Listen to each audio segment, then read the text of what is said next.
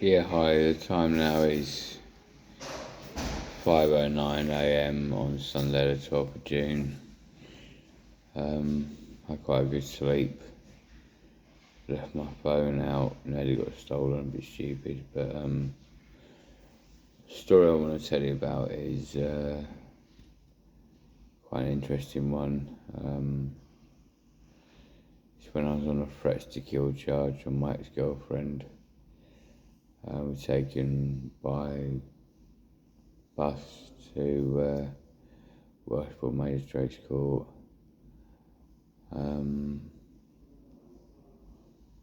They left the doors open, the cell's doors open, and they kind of just took over the court. These, well, quite a senior member of the South Staffordshire and Shropshire Healthcare Trust.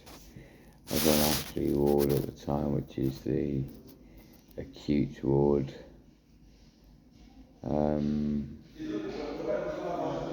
the Hatherton Centre.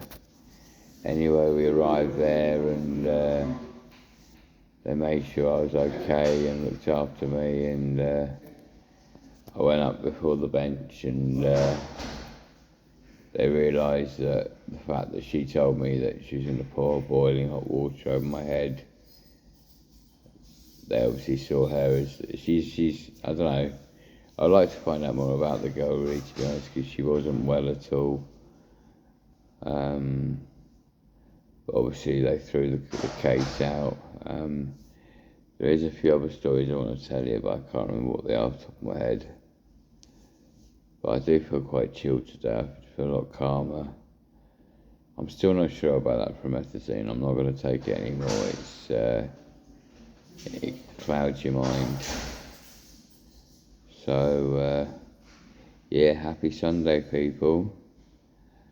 Long live the Queen. Nah, she can fucking rot in hell as far as I'm concerned. A fucking lizard, fucking blood-sucking, fucking weirdo witch. In fact, they can all fuck off. Will's a fucking noncy toff. Fucking Harry's a fucking prick. The only one that's only got any balls is Charles, and he never gets any press attention. Isn't it weird how the decent ones get fucked over and the scummy fucking lizards rule the world? Well, that won't be forever, apparently. So we've got nothing to worry about. Anyway, I'm still here. It's not Norbury. Norbury's Stafford. I talk a lot more about that as well. Now, this place is called the Tarn. But it's quite quiet at the moment compared to the last time I was here, when it was heavy. And when I say heavy, it was fucking psychotic. People being rushed to hospital, all sorts of stuff. So thank my lucky stars, I've arrived at a very calm time. Probably because I'm calm, wherever you feel is what you're attracting around you. Law of attraction, law of karma, and all the rest of it.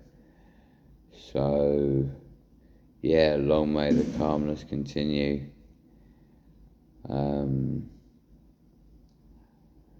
So yeah, I don't know. Anyway, today I'm very low on data, but the funny thing is, EE have just allowed me to get a payment on my card, which is very strange. That allows me to have 100 gigabytes of data on the Google Cloud, and I've now got Wi-Fi, so I can still link up, but I can only do it in this spot where I am now, which is right beside this telephone box, which is a bit old school. There's a garden here. Look, there's a little like outdoor bit. The sun isn't shining yet. It's not. Well, it is sunrise, but the sun doesn't get through to that bit because it's kind of surrounded. It's not the nicest of. It's not like an open field or nothing. But what do you expect? This is kind of central London, and you know, this is the NHS, and although saying that, some boroughs have a lot more money than others. It's not bad, it's okay, you know. The main downside is the food. But they do salads, and they do sandwiches, and they do have butters, and they do have marmalades, and they do have all the sauces. I've actually nicked a lot of the sauces, but I don't know if I'm going to do that anymore, because they're good for energy. They're really good for energy. If you're feeling low and you knock a load of that back, you start flying, like, you know. I don't know what it does to your body, but it's because it's a liquid. It gets to the bloodstream quicker. And it's the SAS use them in desperate situations. I was doing it at the other hospital, and it fucking felt good, actually. I don't know what's happened to me over the last couple of days. I don't feel as awake as I did. I think it's because of that promethazine, because promethazine is like, I googled it last night, and it's a narcotic, and it's also part of the MDMA family. There's a lot of highs in it, and I don't like getting high, particularly not in a place like this. I prefer to keep myself low and grounded, and, you know, below ground, and, you know, keep my energy down, because I feel stronger that way. I don't know why. It's because of your roots, isn't it? Your roots are in your feet, you understand? You're like a tree, you're connecting with the ground. So if you feel lower, not lower as in depressed, but lower as in sort of, you know, kind of connected with the ground, you understand? And that's why ecstasy and narcotics and things to that effect aren't good for you. I mean, don't get me wrong, a bit of cocaine's nice occasionally. I mean, well, very occasionally. I mean, I was very stupid enough to do a gram of coke before I came, well, a couple of weeks before I came in here. And it didn't really touch the sides, but what it did do was, when I got home, I was playing with the paranoia with the neighbours, and it brought on some amazing smells and tastes, and like it was magical. And that wasn't madness. That was just luck. I've never felt that way before, and it was just it was a lovely feeling. Well, it wasn't a lovely feeling. It was a lovely. I don't really describe it. It was, you know, it's chemicals in your body, innit? You know, and like I said, I'm hoping Dr. Roy will allow me to at least maybe get my vitamins into a daily dose, which I can take at his discretion.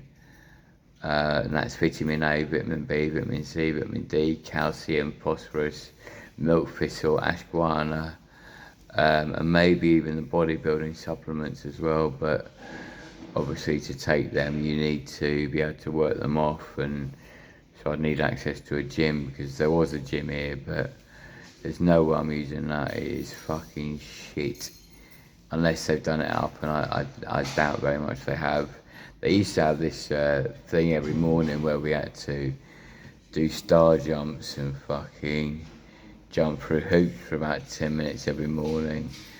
I don't know what the fuck that was all about. I think they thought we were like army or something, training for the army. It's pathetic. And then they had this psychology, and what they try and do is make you, I mean, what the hell is that all about, making you do your fucking, I mean, it depends. If you're on clozapine, then fair enough, like, you know, you have to be tested once a fortnight or once a week or something, but, you know, we're able-bodied human beings who are not unhealthy.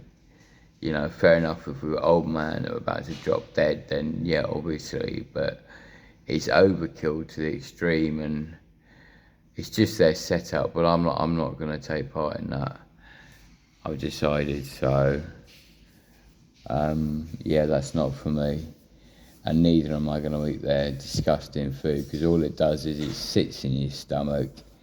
You get this like really, like, it's like a bacteria feeling in your stomach where nothing is moving, and that's when the real danger kicks in, because that's when your body starts to shut down, your mind shuts down, and you just I've had, you know, prison can be like that a lot.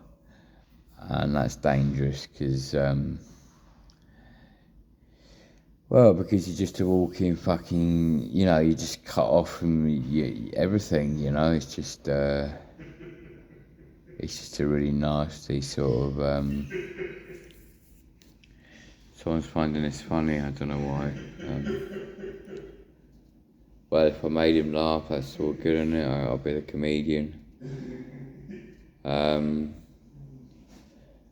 But yeah, I can't quite think of the other story. Oh, that was it. Yeah, fuck it, we'll tell you that story.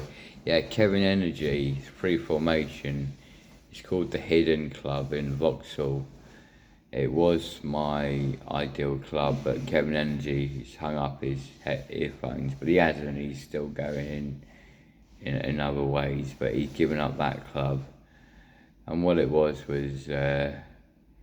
I was there originally in 04, then 05, then 06, then 07, then 08, 09. And I think that was when it quit, like.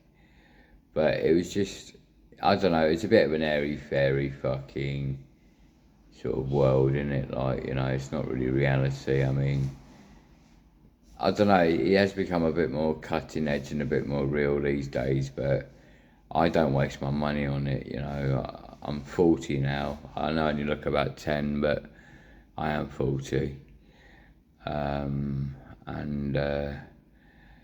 So yeah, I mean, as I've already told you, I've done about 80 clubs in Birmingham. I've done about 5 in Manchester, about 10 in Liverpool.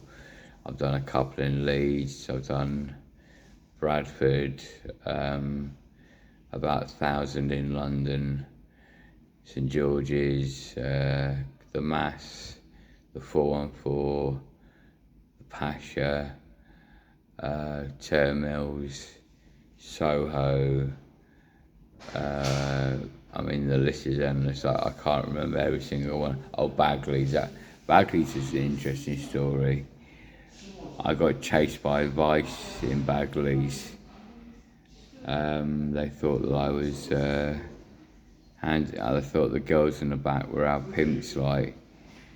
Anyway, they let us go quite quickly and we entered Bagley's, so that wasn't a problem. And I've been in some really weird clubs as well, some really dark, destructive clubs. Again, it's where your head's at the time. If your head's not in a good place, you end up in dark places. I can't remember what it's called now, but it was just butcher. A very strange night. And then there was another night where that was the first night me and Kaylee got together, and they didn't let us in the 414 because of ID checks. I don't know what that was all about, but and then we ended up at this squat party in Pisterius, I can't remember what it's called now, Pisterius Road or something. I didn't like the sound of it at all. And this guy had this big gash on the side of his head. But we kind of felt a bit sorry for him to begin with. Then we realised he was a bit of a nutter, so we kept away from him.